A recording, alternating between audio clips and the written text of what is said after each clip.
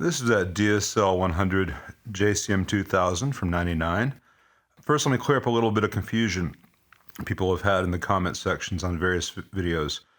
DSL 100 is a model name, and it was used in the JCM 2000s, the DSL dual super lead, and the TSL on the 100 and the 50. This is the DSL 100, so dual super lead 100 watt from the JCM 2000 series. Marshall today has something called the DSL 100H, and I think there's a CR, for a combo with reverb or just the head. And that is not at all the same amp, even though it says DSL 100.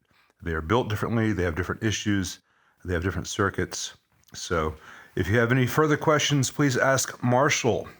Secondly, I need to do a slight apology to the viewers here. On this amp, I just have not had time today and yesterday to film a lot of stuff, just trying to get stuff done. Sometimes the act of filming and describing what I'm doing slows things down, but I'll give you a recap, no pun intended here in this instance.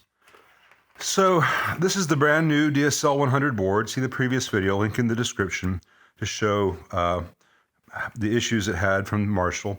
And of course that glaring mistake where the bias was all thrown off because one of the two bias filter caps or capacitors in the bias section, one of them was installed backwards and the whole thing went shaboom. So two new caps properly installed, some high quality Nishikons or Panasonics, I don't recall, I think they're Nishikons. This amp had 3K and 22K, where the schematic showed 10K and 33K. I put in the 10K and the 33K, and the amp is biasing just fine. I have it biased about 50% idle. I use 1 watt metal films from Vishay, a little bit higher quality than the half watts, which are a little closer to quarter watts that are in stock in the amp. I see why they went to the 3K and the 22K.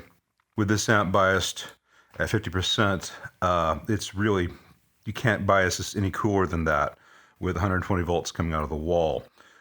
So the changes they made changed the bias range so you could get it colder. It's fine. It's not worth redoing all that just to get it so that 50% is closer to the middle of the bias trim pot. It's a terrible bias circuit anyway. I considered leaving out the dual adjustable bias, different bias circuit for each side, and just putting a standard bias trim pot in over here or something. But I decided against it due to the fragility of the traces on these boards. There wasn't really a good way to implement it. You can see that these wires have not been reconnected to the chassis. There's some little places here where cable ties go to neaten everything up. I'll do that when I am done. I had already done the repair on the normaling of the output jacks as shown in the previous video. I took out the preamp board and gave it an inspection. There's a lot of liquid spill residue. Cleaned all that up. Found a lot of broken and semi-broken solder joints, particularly on the pots and the switches and the input jack. Reflowed all that. A couple places where a joint had never been soldered from the factory, and the solder, the pad on the board had a little bit of corrosion from not ever having solder on it. So I did some spot cleaning and got solder there. At this point, the amp is where most DSL 2000 repairs would stop. It's healthy. I will talk to the owner and see if he wants me to go next level so he never has to have this serviced for the next, 15, 20 years unless he needs to change out tubes. As far as the tubes go, it's got 4 new TAD red base EL34s. Those are great. It has 4, probably original to the amp, EI preamp tubes. And they're all very microphonic. You can't hear it right now because I have the master volumes low. They work. They're on the verge of being okay, but they're pretty microphonic at full gain, especially the high gain stuff that may get some squeal. That's an easy thing to change out, but he can do that himself. Though I'll be glad to do it for him. The reason I mentioned this is this still has 10 original electrolytic caps. So 3 here, 1 here, 1, 2, 3, 4, 5, 6 here.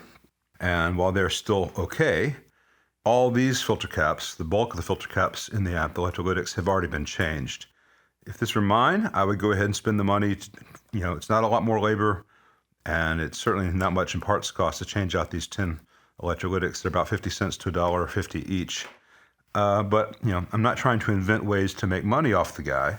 Just letting him know now in this video that that is an option we could do to make this thing a little bit better still.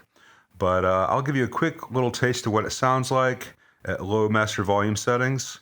And then once the amp is actually done, depending on whether we do tubes or more caps, we'll do a real playing video where you can really hear it with the real mic.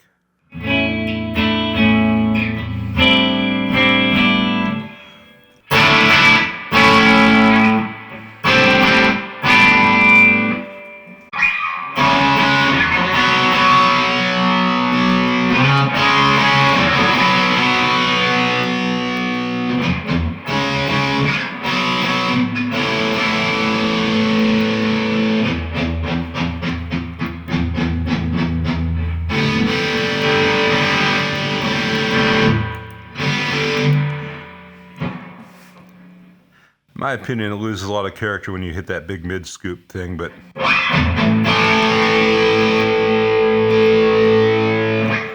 and a little preview of what this will sound like when it's done.